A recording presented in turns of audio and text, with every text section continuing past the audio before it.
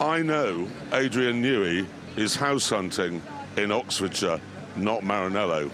You have to love that Jeremy Clarkson just dropped that to some random Dutch news channel, giving them probably the clip of the week, of the month, whatever.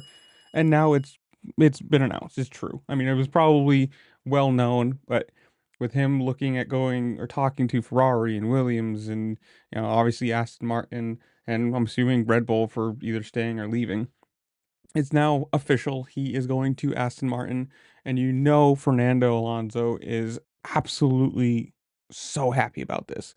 And for Stroll, he's probably going to say, "Hey, I got a really cool car," and he's not going to be able to, perform with it. Let's be honest. He has that ride because of his dad right there in the black suit is paying for that ride. Uh, that's my opinion on this at all. But I mean, he's one of the most influential guys for a very long time.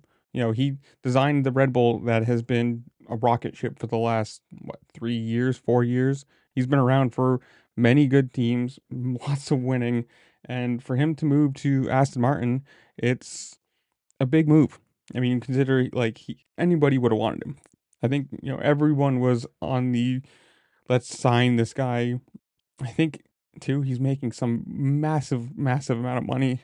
Comment down below if you know the actual like stat. I haven't heard anything concrete about that, but I know it's going to be not cheap. Let's put it that way. But in the comments below, I want to hear from you guys. Are you watching Red Bull? Are you watching F1? Does this matter to you? Is this just who cares?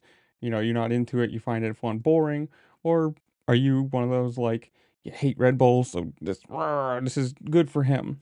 But I don't know. Comment down below. Tell me what you think. While you're down there, make sure to like, share, subscribe, do all the fun things this platform allows you to do because it really just helped me out, and I appreciate it.